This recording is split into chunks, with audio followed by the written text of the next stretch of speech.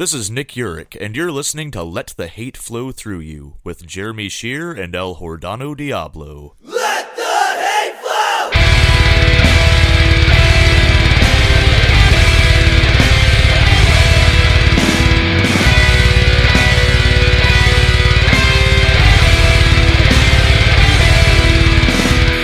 Available on the Lousy Weather Media Network. Welcome to Let the Hate Flow Through You, your weekly dose of audible hatred. I'm Jeremy Shear.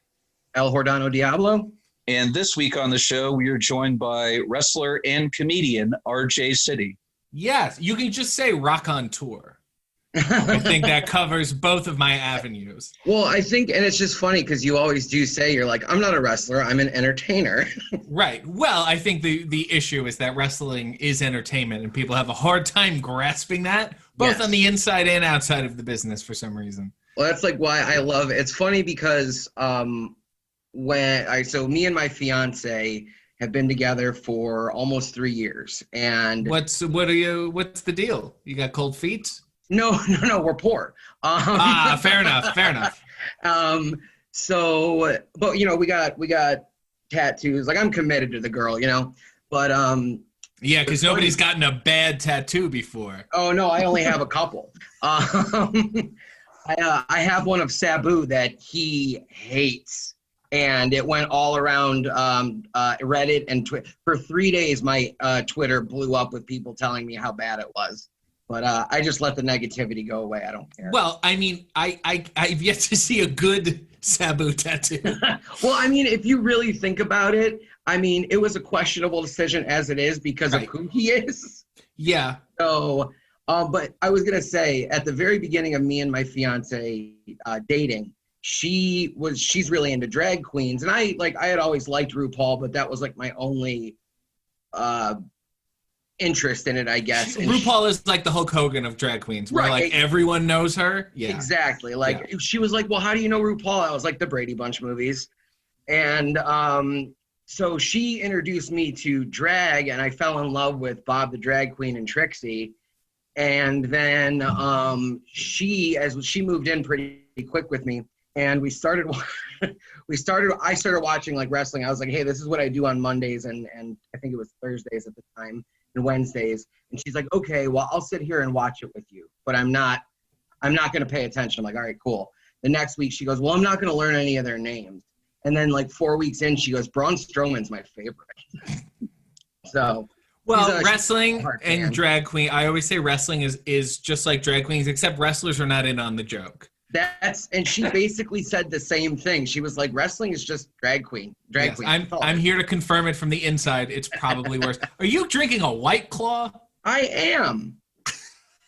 What? When have you had breakfast, and when are you having lunch? These are my questions. I had Cracker Barrel.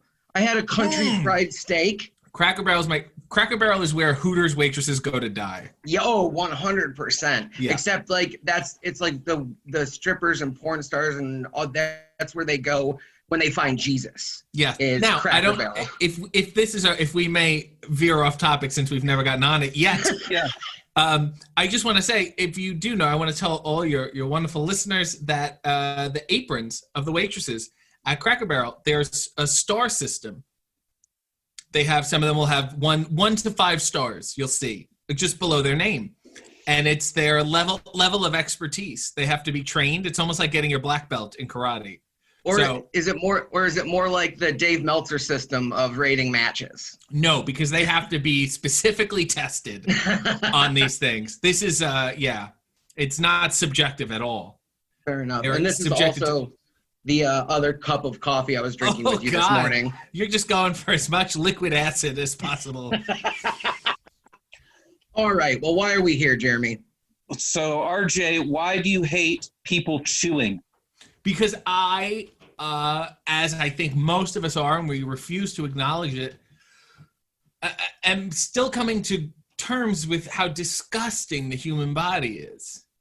And I think one reason I hate hearing the chewing is because it reminds me of it, so in such a visceral, gross way. And people have, first of all, there are good chewers and bad chewers. I will say that, number one. But I will say almost all chewing bothers me, including my own. Mm-hmm. If you really sit in silence, like if I had a sandwich and I was in one of those deprivation chambers, I think I would lose my mind. So do you often find yourself trying to eat like a lizard, just one bite and horf it down your throat so you don't have to hear it? I find myself distracting myself. I will have music on. I will have the television on. All right, so go ahead. We're gonna have obviously we're gonna let you plug everything you got and everything you got coming up later on. But well, not any matches because there aren't any.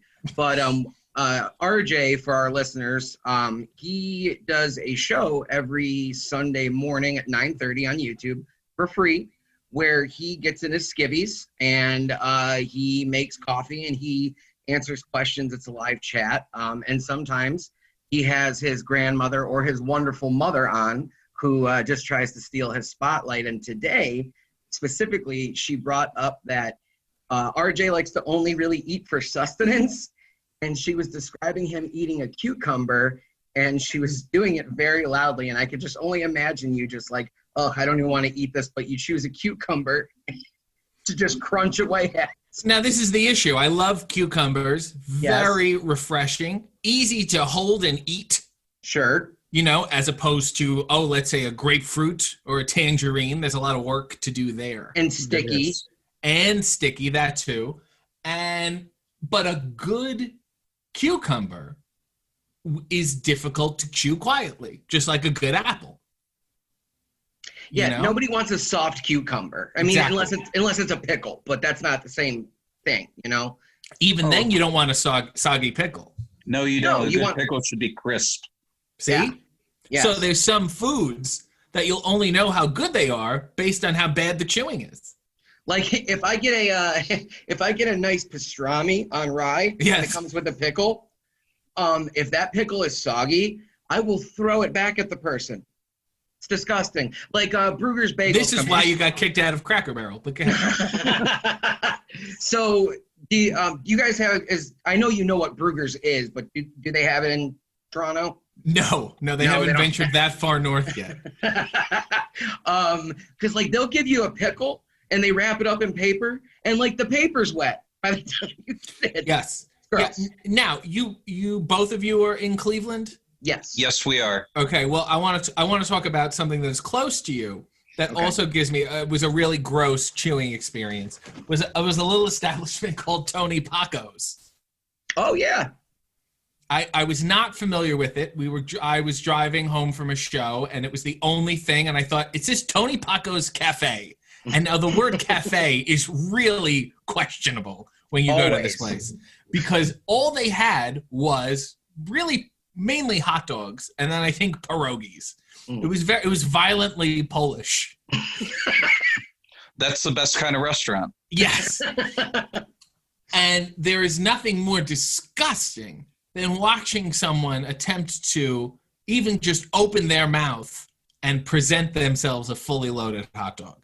Oh, which is funny. Let's stop there. Jeremy, what's your favorite food in the world? Hot dogs with all the fixings on them. Yeah. Well, look, I understand how good it tastes. I just feel like it's something that you should eat in private.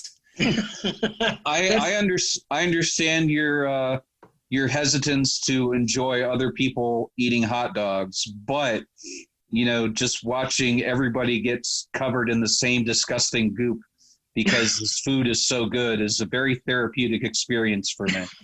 See, to me, I feel like it's almost the equivalent of masturbating, where you're like, this is disgusting, which is why I'm closing my door and making sure no one is around, and I'm shutting the lights off so even I don't have to see it. So your shame is hidden completely. Yes. Well, much like masturbation, when you get it to go and no one else can see it, they don't pile as much good stuff on it that you would normally get, if you sat down and did it like an adult in front of other people. I'm not going to say I've watched these videos, but I've come across videos on the internet where I believe you said when it goes is what you said. I do see people mix it. I have seen people mix it with other things, and which brings me to a whole other level of disgusting. It's just I don't know. And I'm reminded of the scene in a film called Nothing But Trouble. Oh, yes. Where Dan Aykroyd loads up a bratwurst, I believe. And it has he has the shakes, and there's a little flop in the sausage. And that's all before he even gets it in his mouth. And not to mention the penis head on his nose. Let's talk about that for a second. For what I believe was marketed as a children's film. Well, children have penises; they can see them. Yes, not like that. Talk about a bratwurst, and also Tupac's in the movie. Yeah, because Tupac and what was the group called? Jesus Christ! Oh God, Digital Underground. Digital Underground. That was, it's such a weird cameo for that cast of characters. It was of the time that rap groups were going mainstream, and they would all do movie songs. Like MC Hammer did the Addams Family song. It's all Vanilla around this. Ice did Turtles. Yes, and then the worst one, which you thought was going to be great, was I guess Prince doing Batman. All right. So my thing on that is people, I may be biased because I love Prince so much and I love Batman so much that I like it, but like people consistently tell me like, oh no, it's terrible. And they say the same thing about Purple Rain. I love Purple Rain. And everybody's like, it's a terrible movie, but I'm like, no, it's great. It's one of those things where it's very difficult. Some people get so successful that they end up being so disconnected from what people actually want that they can't even tell because they're surrounded by so much success. Similar to, I always say, like Jerry Lewis is like that. Yes, he is absolutely like that. Have you ever heard the story about, real quick, Sherry, was that story that Kevin Smith tells about Prince? Have you ever heard that? No. Okay, No. So he did the very first An Evening with Kevin Smith. They filmed it in Kent State, actually. And it was like the first of his, you can't really call it stand-up. It's like a spoken word, one-man show type thing. And he goes into this story. After Prince saw Dogma, he wanted Kevin to come make a documentary about him and like what Prince was going through at that time. And like, there's so many details. It's the craziest story, but just to like go back, make your point when people get disconnected. Kevin didn't want to do it because he was like, this isn't my story to tell. So I think Prince should direct it. And I guess Prince's like assistant was like, look, if you're not going to do it, you have to go tell him. And Kevin was like, why? Just go tell him I don't want to do it. She was like, you don't understand. He doesn't understand being told no. And Kevin's like, what do you mean? He's like, let's put it this way. Or the assistant was like, let's put it this way. He one time called me at 3:00 in the morning in the middle of winter in Minnesota and said, I need a camel in a half hour. And he couldn't grasp why he couldn't get one. Right. It's like, it's the Hollywood equivalent of like being an only child. Yeah. Exactly. What were you going to say, Cher? I don't remember. I got distracted by your story of Prince and camels. Jerry Lewis? Jerry Lewis. Yeah, it is Jerry Lewis. He's very out of touch where he thinks he can still say things that, aren't necessarily acceptable anymore. Because every few years you get the whole, remember when Jerry Lewis said women aren't funny? It's like, yes, we know. He needs to be quiet. Which was so bizarre and weird. Because he would always, there are certain women that he would, like, at a certain point you look back and you go, well, obviously what you're saying doesn't even make any sense. Right. What do you think Jerry Lewis chews like? Like in his regular life, like not a character. Like, what do you think that's like? Well, I did hear a story where he was being honored. He was getting some dinner for some achievement award thing. And it was a dinner and then the award. And he had to wear a tuxedo. And because he had to wear a tuxedo, the old show business rule is when you have a tuxedo on, you can't sit down because it will ruin the pants. Okay. Yeah. Which they ended up there's a Seinfeld episode about it. So during the dinner, he sat in his dressing room and ate dinner by himself with his pants off. Because I was gonna say, like, what I would picture him chewing like, and I know you'll get this reference. Sheer, have you seen that thing you do? In passing. Okay, so there's a character in it called Saul Seiler. He's the record company owner, and when the Wonders go to meet him for the first time, I think it's in the extended edition. He's making a sandwich, just like cold cuts and cheese and mustard, and he's just eating it and shit's falling out of his mouth. And the character reminds me so much of Jerry Lewis that I'm like, I bet that's what Jerry Lewis eats like. Now, another thing that bothers me, even almost twice as much, is when people are eating on film and they make a point to put the sound effect in. Oh, nobody needs to hear that. I see that you're eating. Let's use a little cinema magic. You know what I mean? There's so many things, like, you know how on TV shows nobody says goodbye, they just hang up the phone. Like, yeah. I don't need to hear you eat. And the worst example is the kids in Jurassic Park. Yeah. There's the Jello scene. They finally, after the big T-Rex scene in the middle of the night. At the end? They end up, they see the buffet and, there's all this food. And I'm like, oh, and it's like 3 minutes of them happily eating in what should be silence. Oh. Well, yeah, it's definitely not. Now, do you think that's because so many people find the sound of eating erotic and they just have to put it in there for those people? Do you think who are these people? Yeah. Well, apparently a member of my family, who I'll not name, got into quite a bit of trouble amongst my friends because he would stare at them while they were eating. And wow. Yeah. So I would never have thought to do that. So apparently some people like it. Okay, let me stop you there. The only time I look at somebody eating is when they're either chewing with their mouth open or chewing too loud, and I stare at them until they make eye contact with me, and I look at them and I say, "Stop it, you fucking cretin." I hate it. Oh, gross. This was just, he was eye contact. His eyes would occasionally drip down to their mouth to watch them eat their burgers, and that's like masturbating and staring somebody in the face when they don't want it. Now, to be fair, you can have a fetish with everything, Sure. So I mean, it's certainly possible, but I just also feel like even when you're snuggling with someone and you put your head on their stomach and then you hear their stomach and you go, "This is too close." You have to take a poop, I think. My head is far away from my stomach for a reason, so I don't have to hear the shit in my stomach. So I shouldn't have to put my head close to yours. I don't know. I tend to avoid the sickly sounds of my lover's stomach, because that is the great name of a memoir. The sickly sounds of my lover's stomach and all other stories. Okay. And other stories. But also, like, back to my general thesis is that we're all trying to hide how disgusting we inherently are. Agreed. Not even exceptionally disgusting, just in the way that all human beings are disgusting. Agreed.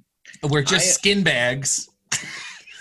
Really, really gross. And it's one of those things where it's like, I can't fully consider it because I will not be able to live the rest of my day. Yeah. Oh, no, absolutely not. It makes, when you start thinking about the human body and then you start thinking about the human body breaking down, then you start questioning your own mortality and you have an existential crisis. And the girl that I was seeing before my fiance, we had a lot of chemistry in the Did you get a tattoo for her too? Or no, just, God, okay. no. Right. She ghosted me. That ruined me. But there was a lot of chemistry in the bedroom. And I remember one time when we were both done and she looks over at me and she goes, "You know what? Sex feels really good, but it is disgusting." Oh, it's so disgusting. Fluids and juices.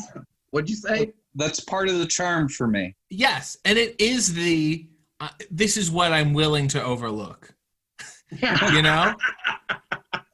Oh no, this is what I signed up for. I want all the fluids and juices and disgustingness. Yeah.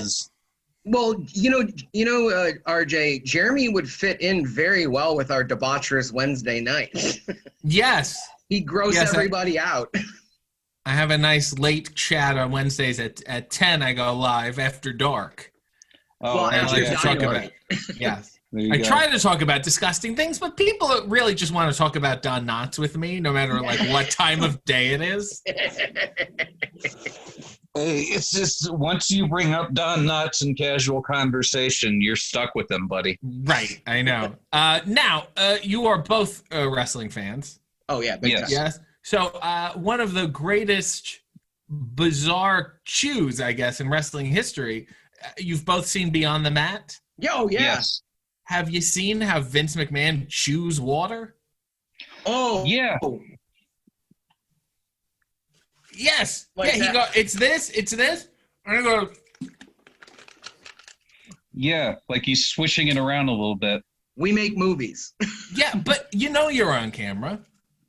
Yeah.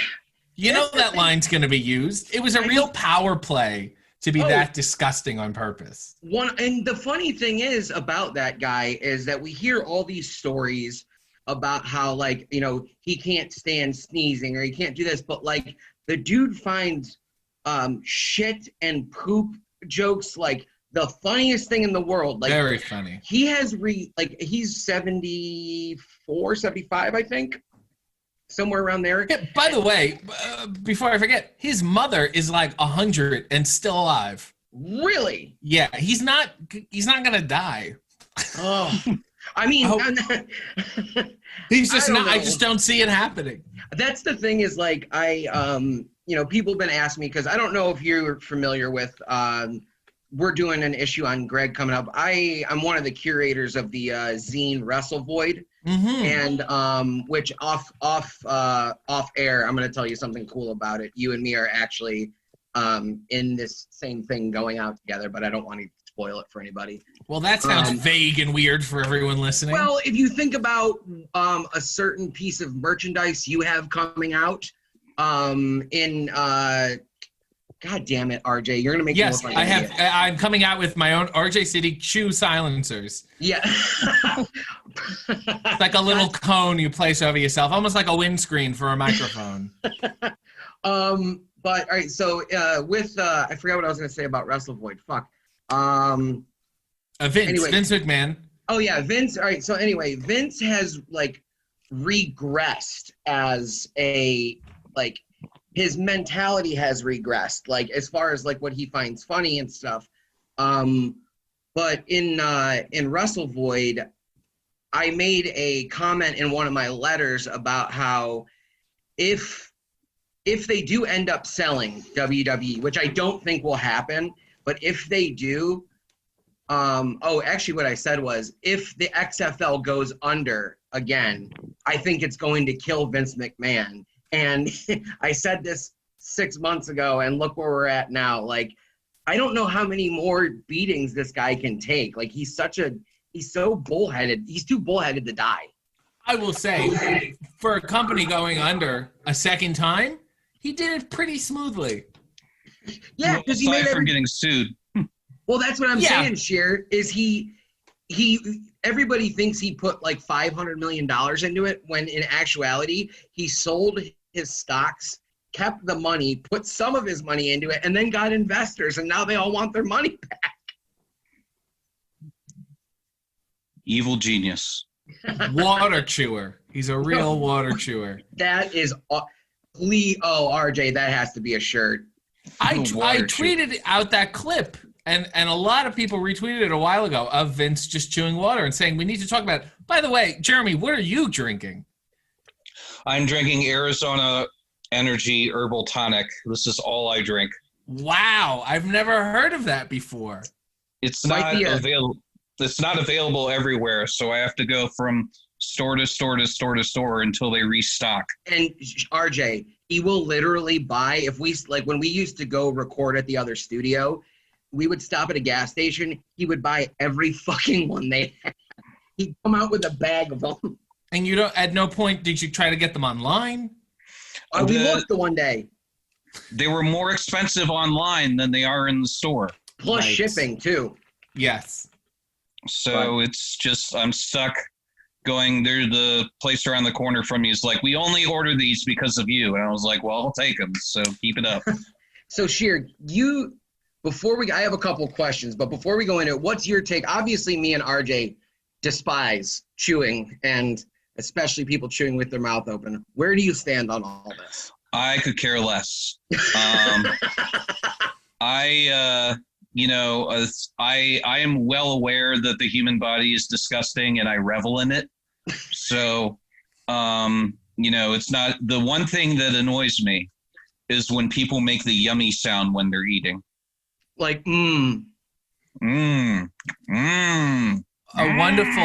wonderful scene is in What About Bob? Oh, Yeah. Oh, yeah. Yes. Oh my God. Bill Murray can't stop expressing his admiration for the corn he's eating. What's their last name in the Marvin, Dr. yeah, Leo Marvin. Oh, Mrs. Marvin. Oh, I love that movie. Yeah, it gets on my nerves, but then after a while I become fascinated by it. It's like, what is so good that you can't stop expressing it? And then I look over, it's just popcorn. Oh, that's just rude. To chew popcorn in front of somebody else. That's why, like, movie theaters, I don't even like to go to movie theaters anymore because the sound of somebody opening their candy, like, if you're going to get candy at a movie theater, you open it before the movie. You don't open it during the movie. No. You open it before the movie. And at the very least, during the, you know how they play regular trailers, but then before that they have all like that movie bullshit. It's like, here's some trivia questions, or like, did you guys like guess this Kevin Costner movie? You can open it then. Once the full lights go down, that means silence. Yeah, absolutely. 100%. Before I forget though, RJ, you're from Toronto. Are you familiar with the chef Matty Matheson? Yes, I am. Okay. I mean, not on a friendly level. No. I just was wondering if you're familiar with him. So me and my fiance, big fans of his, think he's just like, because we're all like, Jeremy is, she is, I am. We're all punk rockers. So it's like, one of those things where it's like, oh, one of ours is doing something cool. So he's got a few different shows, and he's got this one with this kid named Benny, who I think is like a producer of sorts in LA. And they go around and they eat food, like Lil Dicky, the rapper, was on one episode, blah, blah, blah. And then they make this thing called a mukbang. Do you know what this is? I have heard of the mukbang. Okay, so I had never heard of it until I watched this episode. So apparently they're going to make a mukbang and they fuck it up. And the reason they were going to make it is because there's this other YouTube channel of this guy who sits in a room with mics, a tiny soundproof room with mics, and doesn't talk and just eats. It's like, I think it's called ASMR. Yes. Yes. So, and Matty Matheson is a disgusting chewer anyway. So they go to this guy, this mukbang guy, and they film the video, and it's 4 people eating this sloppy, wet mukbang. And I was like, I got 30 seconds into the video before I was like, absolutely not. This is fucking gross. Yeah, it's like watching a snuff film. Except I'm the one that dies. Yes, it's just very uncomfortable. Now, I would also like to clarify, there has been a rumor perpetrated that people who are heavier set are perhaps or louder or messier chewers. And I want to say that is not true, and that is not an excuse. No. Regardless of your weight, there is chewing etiquette. I'm a large person, and I chew quietly. Right. And so it's not something you can hide behind and excuse your loud chewing. No. And you notice something, that's because it's inexcusable. If somebody was like, oh, excuse me for my loud chewing, the only way I would accept it is like, do you not have like real teeth? I mean, like Sheer, if you were doing it, I would understand. You have fucking dentures. But like, if somebody apologizes for their loud chewing and they have a normal fucking dental structure, I want to give them an unnormal dental structure. But even if you have dentures, I think there is an air of caution. There is. Right? There definitely is, because there's some things that you can start chewing and then your dentures pop out, and then it's even more embarrassing. Like, I can't eat corn on the cob. I can't eat a crusty bread sandwich, because then my teeth will fall out. One of my favorite things is I had him over for AEW Revolution. I had a whole group of people over, and we ordered a bunch of food, and he can't eat chicken wings. So I got to have the chicken wings, which I was pretty happy about. Yeah, well, now that is one thing that I don't like watching people eat chicken wings, because it's like eating pussy. Oh, no, come on. We're allowed to say pussy. We're allowed to say the bad words. I did say it. I said I'm watching RJ's reaction. He's like, oh, God, he said pussy. I was just not prepared for it. Yeah, it's eating chicken wings is a lot like eating pussy, and there is actually a correlation between how well and how messy someone eats chicken wings. Are you trying to steal my fucking joke right now? Is it your joke? I thought you put it out into the world. I put it out in the world. I was the one that said it. So let me back up here. We were on a show called Wrestling Cheers, hosted by Justin Summers. He's a big the son of Mark Summers, the host of Double Dare. Yeah, they look exactly alike. But he has a show called Wrestling Cheers, and it mostly focuses around Ohio wrestling. Yes. And we've been going on each other's shows back and forth. Cheers known him a long time, but the last time we were on his show, somehow chicken wings got brought up, and what I said was, if you eat chicken wings good, you eat pussy good. And his girlfriend from the other room goes, true. Yeah, that's why you go out to bars on dates. They're waiting to see you eat them wings. But you don't want to eat chicken wings and then go down on somebody, period. I mean, you can clean up. So let me tell you about my chicken wing eating habit, and then I'll let you extrapolate it. What I do is I will wipe my hands between each wing. Only to get them messy again. Halfway through this, I go, what am I doing? I'm de-saucing to just get tossed on. Why don't I save myself the napkins? Yeah. I'm ruining the napkins.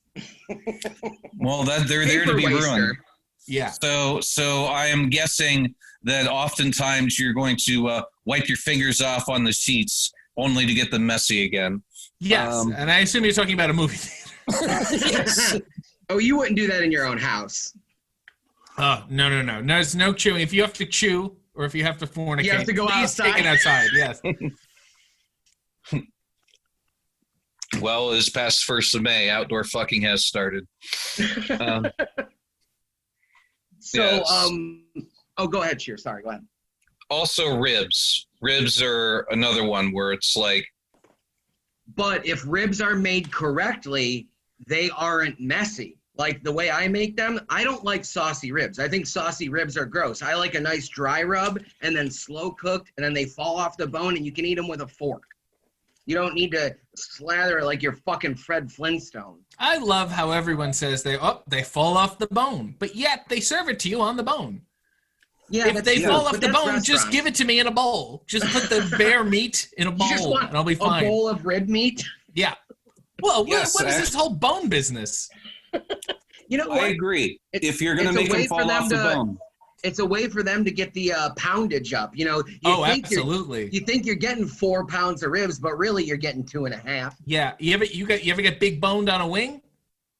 Oh yeah. You're like, look at this wing, and then you bite into it, and you're like, oh, what is this? There's no. And then you bite into it, and you're like, are they sure this was a chicken, not a hawk?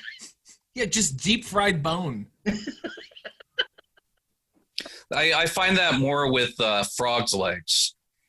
Ooh, I have not had them. I've had, I believe, gator. Gator is good. I've had alligator. Yeah, but I think the frog's legs, mentally, I'm not ready for it yet. Sure. are you just picturing the animal that you're eating? Is that the problem? They don't have to say legs. They could just say, they could call them like frogettes. Like they could do a little work in distancing themselves from what it actually is. Frog fries. Yeah. Like, so could you imagine if they called chicken breasts chicken chest? Terrifying. I had a chicken chest sandwich. You sound like a serial killer. Yeah, you don't want to. All right, you don't want to ever, unless you're a cannibal. You don't want to eat somebody's chest. You want to eat their boobs, but like with your mouth. Could you imagine if they said chicken arms instead of chicken wings? Yeah, yeah, you're absolutely right. So I think it's not the frog; it's the leg.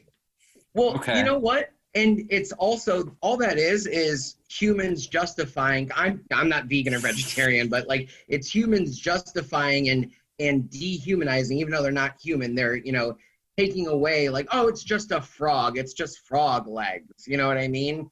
It's not like, oh, you want to eat this frog's chest? Also, like I know how people say, it's just a frog is an amphibian. That is very impressive. I don't think we should be fucking with the amphibians because they can do a lot of shit that we cannot do, and I think we should respect them. That's true. I mean, honestly, I would rather breed by just, going and unloading on my lady's clutch instead of having to do all that nonsense. But frogs can do it. They can just, go to wherever the eggs are laid, and there. Yeah. Tadpoles. That's impressive. It's very impressive. And we're frying them up and eating them. We should be ashamed of ourselves. All right, so like we were talking about people chewing, but like for some reason I'll get stoned or whatever, and Chelsea will be asleep, and I'll end up watching wildlife videos of like snakes and scorpions and wasps and all this weird shit that I'm terrified of, but I can watch it on my TV and be fine. Like as far as chewing goes, like watching a snake eat something is it's fascinating, but it is disgusting. Because they have to unhinge their jaw, and and then there's just this big chunk of something in the middle of them for how it's just weird watching. I wonder what it sounds like. Well, first you hear the squeak of the little animal getting crushed to death. Yes. Yeah, and the bones breaking. Yeah, and then you don't hear much. Right. They tend to be quiet about it. Because aren't they just basically using the muscles to just swallow it down, Pete, like inch by inch or whatever? Yeah. Yeah. Okay. Yeah. I don't know. It's just, I mean, at least animals chewing, it's not egregious. It can be annoying, but it's not egregious. I just hate it because for some reason in my old age, I've lost my perception of where a sound is coming from. So I'll hear the cats eat, and I don't know where they're eating. So I don't know if they're eating something that they're supposed to or not, because it all sounds the same, whether they're chewing on a wire or their food. That's what annoys me more than anything else. I can't imagine chewing on a wire would be loud. It's very loud, especially when it's plugged in. Well, I was going to say until it fucking pops and electrocutes the cat. And they get a little zzz, but they still haven't learned. Fair enough. So this is the question I wanted to ask you, RJ. When do you remember like how early or how young of an age you were like, all right, chewing things is disgusting. Yeah. It's a wonderful question. I don't. I mean, I would say perhaps I couldn't imagine me being disgusted by anything like in grade 4 or 5. I would say maybe like 7 or 8. Yeah, 7th grade, 8th grade. Yeah. I start developing a real distaste for things, just in general. But, hearing adults chew, spending enough time around people and just hearing the silence of the chewing. You ever hear a teacher chew something at the front of the class? Yeah. Like, bitch, why are you eating and I can't? Well, it's just the watching it. You can't distract yourself. Right. So what about, and obviously you don't have to give names away. What about people eating in the locker room? I actually used to eat green peppers or red peppers because I liked them in the locker room. I'd take them with me because they're easy to take, and they have like basically a handle. The stem is a handle, and you just eat it like this. It's easy to take on the road, and if you need to wash it, you can wash it and whatever. So I would have those. The worst thing in a wrestling locker room, and a surprising number of people still do it, even though no one really does it that much anymore, is chewing tobacco. Yeah. Which is really, really just, there's no way around it not being disgusting. All right. So when I was in, I went to like a rural career center. Like, I'm from Cleveland. We moved to Akron, and then we moved out to like Medina, which is like west of Akron. Big. That's like, hey, Trump's not out there. Right. I went out there, and so to get away from the rich kids, because I was poor, I went to the career center, and I went into the building trade so I could learn how to do electrical, carpentry, all that bullshit. And I was raised religious, but I was a bad kid, and so I knew if I smoked and, I got picked up from school, it was my mom was going to smell it on me. Right. So I was like, how do I be bad? But, so I'm with all these hillbilly dipshits, and I used dip for, I would say, under 10 times in my entire life. And it is the most disgusting thing. You're spitting, like Adam Cole does it. I've seen videos of him doing it, and I'm just like, you're too pretty to do anything that disgusting, man. Well, Go ahead, please. I used to dip when I fought. It was just something it really upset people that fought barefoot, which made me happy. And it kept me away from the pain that I was getting in my face.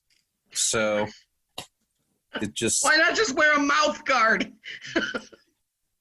I mean, no.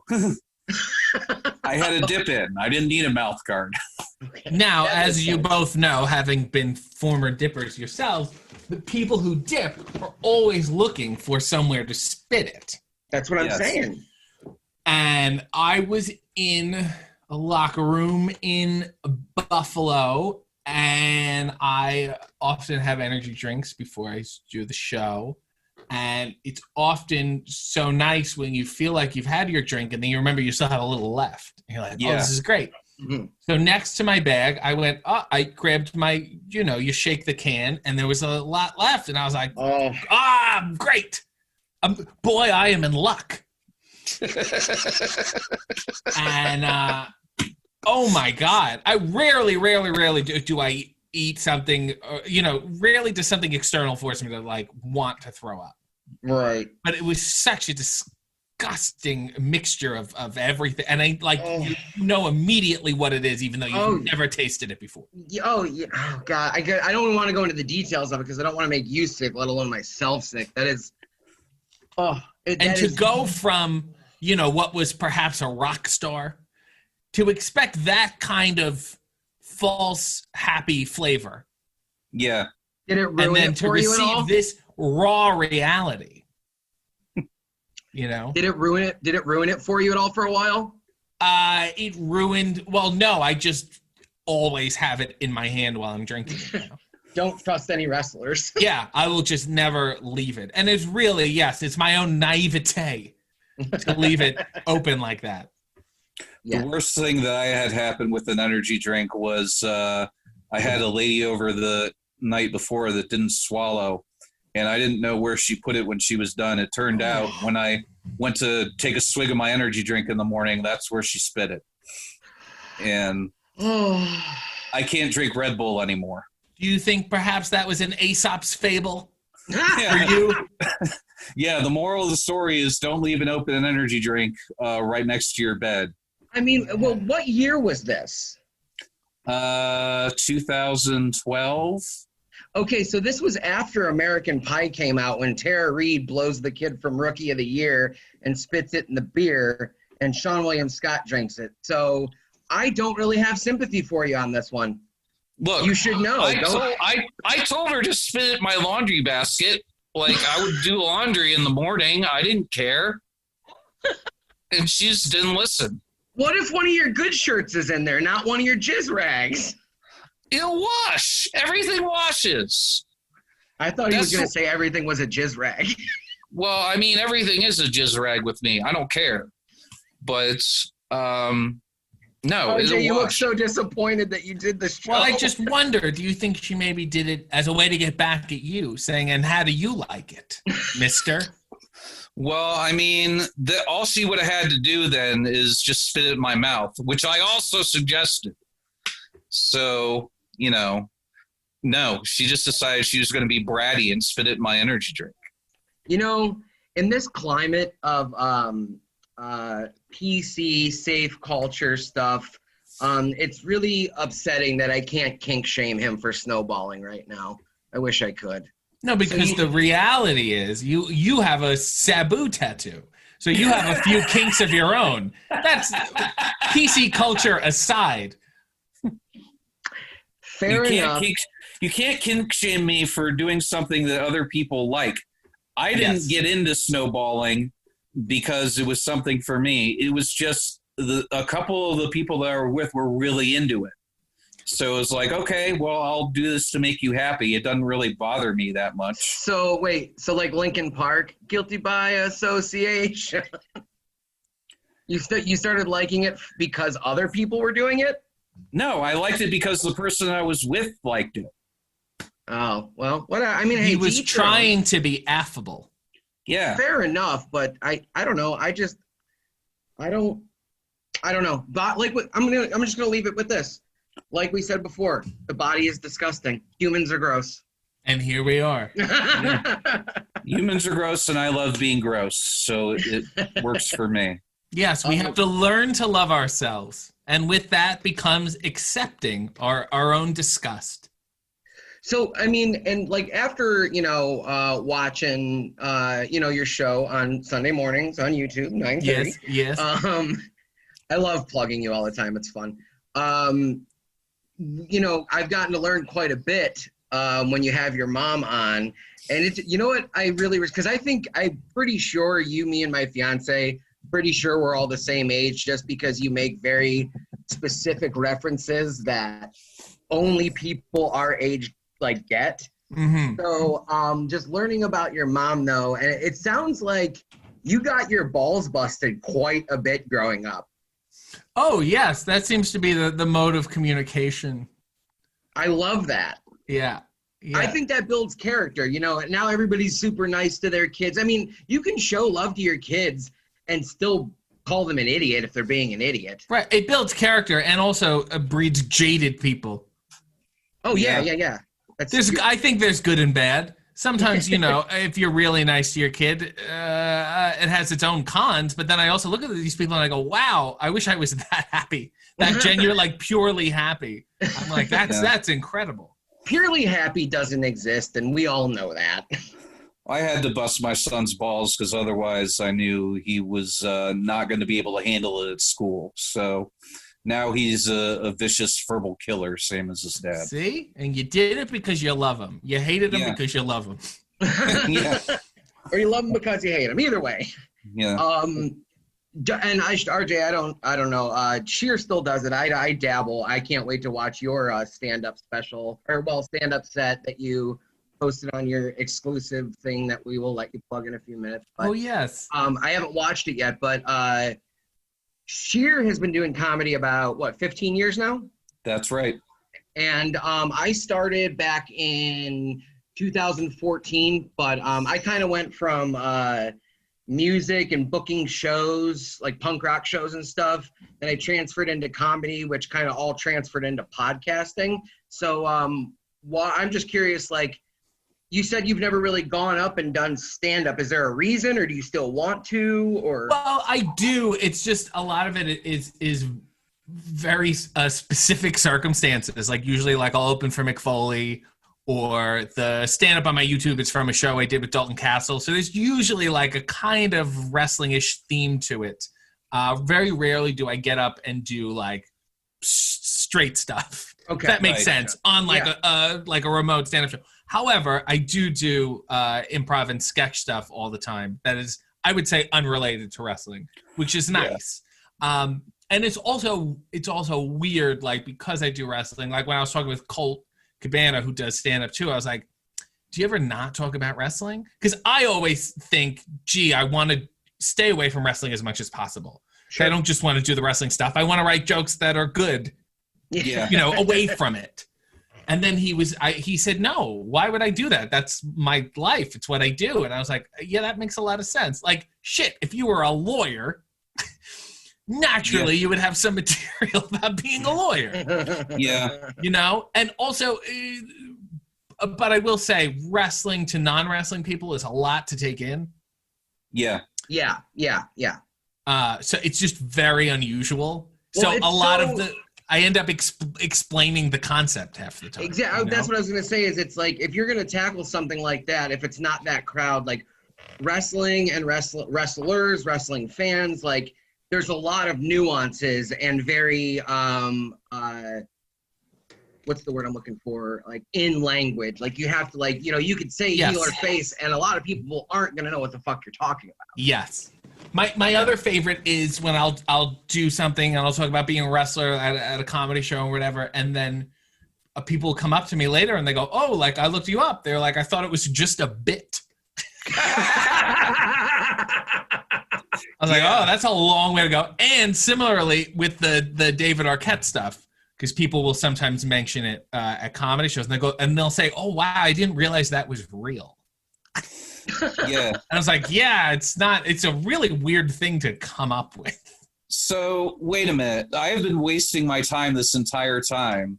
I could have just come up with some weird wrestling angle to launch my stand-up career with. Absolutely, just they don't know.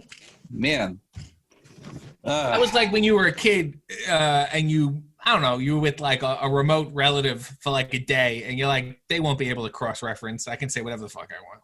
Yeah. Let's just completely lie to this person. This is what I get for trying to be honest. God damn it. I know. But no, I do enjoy it. And I do, and I will say, and stand up, there is so much stuff that I end up saying when I do the coffee and underwear on Sundays. And then I go, oh, well, maybe this is a thing. And then I will perhaps tweet it or extrapolate on it, and then it turns into a bit. So perhaps if you watch my stand-up, you'll go, I've definitely heard this before on his YouTube. But this is now the new place because there's nowhere else to go. Right, exactly. Yeah. So that's how I found myself coming up with bits through podcasts and stuff like that. So I get that. That's kind of because Kevin Smith and who was the other guy? Not Norm Macdonald, the other Man Show guy, Adam Carolla. They were kind of like the pod fathers, if you will. And you can actually look this up on YouTube because Kevin Smith's network was called Smodcast, and that was the name of the original podcast. And this guy ended up doing these Smodimations. I don't know if you've ever seen these, but they're little cartoons with the podcast added into them. And I was actually showing them to Chelsea yesterday, and she was like, "How have you never showed me these before? They're hilarious." And like, it's something I wish it's 4 or 5 minute videos, and they go into they do like 2 different videos on like talking about Harry Potter, and it's great. Like, I recommend it to anybody if you haven't seen it. They're funny as fuck. I was not a fan, but that's that's my own personal preference, Jordan. Look, I don't do opinions here. People just agree with me. Let's just stick to the facts. All right. Fact, I don't like listening to Kevin Smith while he's really, really high. It's just my personal preference. There are some people that, it's just, they get really high. You can tell it's like, okay, we get it, guy. Like, knock it off. That's a good question, actually. What about, all right, so again, no names or anything, but like, have you seen people just backstage where you're just like, you're just filth, you're a filthy person. Well, I mean, the real cardinal sin is people who do not wash their gear. Does that happen a lot? I wouldn't say it happens a lot. I mean, also, you know, with some degree of consideration, people are on the road and traveling a lot all over different places, and it's not like you can go home all the time and wash and dry and then come out. A lot of times you're on the road. Having said that, you can, you know, there's hacks of, you know, put it in the sink in the hotel and then hang it out. Or at least, you know, have a spray for after you wrestle and, you know, whatever, like you would hockey gear or some such thing. Sure. It's it's not cool. And you gotta wash. And that does not mean, you know, spraying Axe on it. Like you can't just layer smells. Yeah. It's not so much I want a new smell. It's I don't want this smell. Well, what people don't understand is like, that's not what that odor is that's on your trunks or your clothes or whatever. That is, okay, that's sweat that has bacteria in it that is going to grow and make the smell worse. Like it's not, you have to clean it. You can't just spray it. The worst is when I will get finished a show. And also, as you gentlemen well know, in indie wrestling, seldom are they in facilities with showers. Yes. Which is disgusting enough. Yes.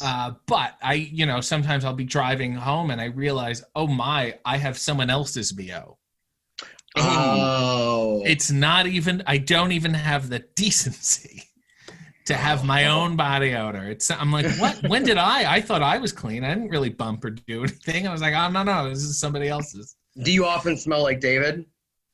He smells great. I can imagine he does. He smells good. I also got him the cologne that Jerry Lewis was known for always wearing. No kidding. It's Alfred Dunhill for men. It's from England, and he was known for smelling like it. Apparently, he bought like 1,000 bottles, and he also allegedly sprayed it when he went to visit Sammy Davis Jr. on his deathbed. So we have that cologne, and we're gonna open it and maybe do a seance. Fair Is enough. it the same Dunhill as the cigarettes? No, that would be amazing though. Imagine if you buy your cigarettes and cologne from the same company. Yeah, that's a way to corner the market though. Something that just reminded me when you said seance was when we were I don't know if it was Wednesday night or last Sunday when I said to you, I'll be the Anton LaVey to your Jane Mansfield. Yes.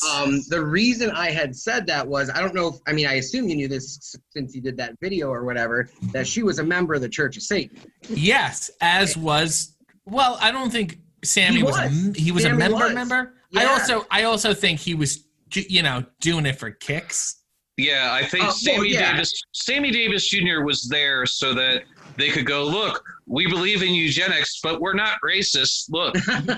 Yeah, the same way that he would wear bell bottoms. I think he was interested in being a Satanist. Well, the reason I had said that to you is like I convey a very Anton LaVey look. I call myself Fat on LaVey. Right. So I figured, you could be the Jane Mansfield. Yes. And it'll be lots of fun. Similarly, I think Anton LaVey was also looking for a cool way to meet celebrities. Oh, yeah. Without a doubt. And what's the coolest way other than Satan? Right. Like, he's very enticing. Yes. I think if he had a cabaret act, he wouldn't have been as successful. Okay, so, all right, before we let you plug all your shit real quick, I have had this idea, and if any of our listeners steal it, I will. You know what? No, I'm just going to say it's trademark. It's trademark. So I had this idea a few years back of doing like a late night talk show basically a late night talk show, but having it be completely satanic themed. Yes. And I was going to play like a super over the top, like, Hail Satan, like that kind of thing. And my name was going to be Jayke Mansfield. And the name of it, which I need to change because it's too long, but it was going to be the Declaration of Sin Dependence. And we were gonna have a band of That's an improv group. That is an improv group, Jordan. It is? I mean, I don't doubt that it is. Oh, well, whatever. I don't care. I'll change the name anyway. But we were going to have a band of druids, and then my best friend / cousin, who's black, was basically going to play the band leader and be like my Sammy Davis Jr. And nice. Very yeah, nice. it would have basically been like, just picture like a 70s late night talk show, but about Satan. So Hugh Hefner, but with Satan. Mm-hmm. All right. Sure. I can see that. All right. So go ahead, Sheer. RJ, where can we find you on the internet? Well, my best advice to you would be to just Google RJ City, and a bunch of things will pop up, and you can follow what you like and don't follow what you don't like. But I will also encourage you to message me and tell me what you don't enjoy. Oh, you're a glutton for punishment, are you? Yeah. Well, I want to know what the people. I really trust the public opinion. You seem to care about it so much. Yes. As long as people are happy and smiling, I'm doing okay. Sure. I mean, well, hey, it's my Sunday mornings. Me and my fiance Sunday mornings have literally become, we make sure we're up and I have coffee going by 8:30.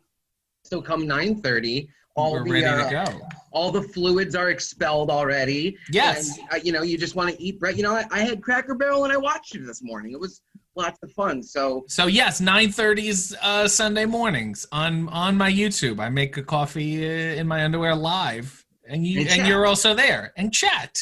And it's you can for $5 song requests, which yes, I love sending you song requests, because even if you don't know my song, you kind of are always like, I'll give it a shot.